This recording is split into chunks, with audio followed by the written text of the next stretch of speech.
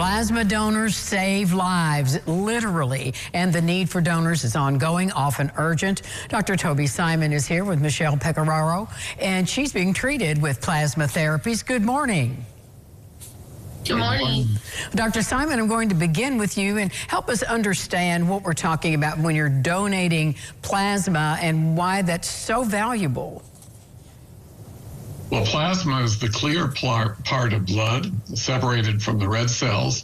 And as a physician who has treated patients in the past with plasma-derived therapies, I know really how important it is that those treatments be available when patients need it.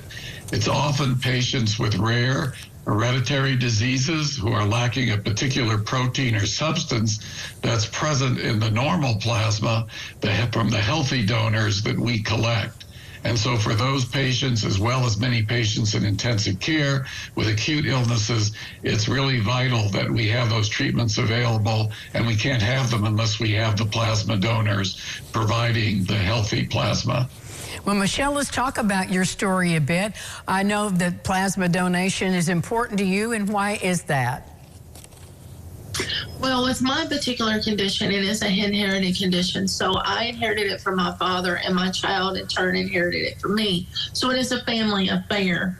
And with my condition, we are missing a critical protein in our blood. And the result of that is that we have catastrophic swelling throughout our blood. Anywhere the blood flows, we can have that swelling. So if it's in our extremities or our stomach, it can cause severe pain and inconveniences. If it moves into our face, it becomes a little more life-threatening. And if it in turn involves our airway, it can prove to be fatal, which is what happened to my father. He actually lived in the time before these plasma donations and therapies were available. So whenever a patient donates that plasma, they take that protein from those donations, and it in turn goes through a process and ends up with me and my child. And we are able to inject that twice a week in the case of my therapy, and not only treat those attacks as they spontaneously happen, but with my therapy, I'm able to try and prevent those from happening altogether. So it is a life-altering thing that these patients or these donors do provide for me and my family specifically. What a powerful story. Well, Dr. Simon, I'm going to turn back to you and ask, who can donate plasma?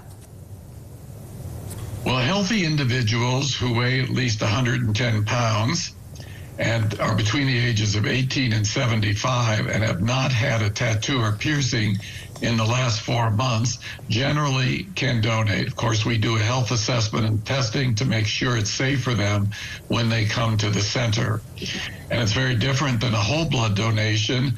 The individual has a needle put into a vein, and the blood goes through what we call an apheresis process, where it's centrifuged. The red cells are returned to the donor, so the donor doesn't become anemic or iron deficient.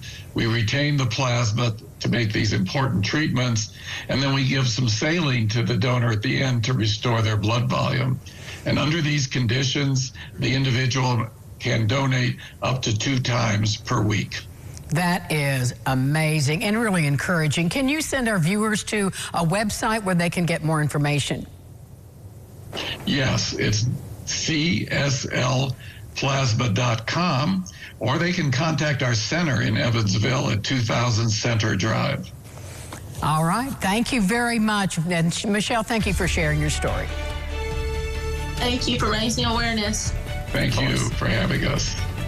And we'll be back with more Lifestyles right after this. Stay with us.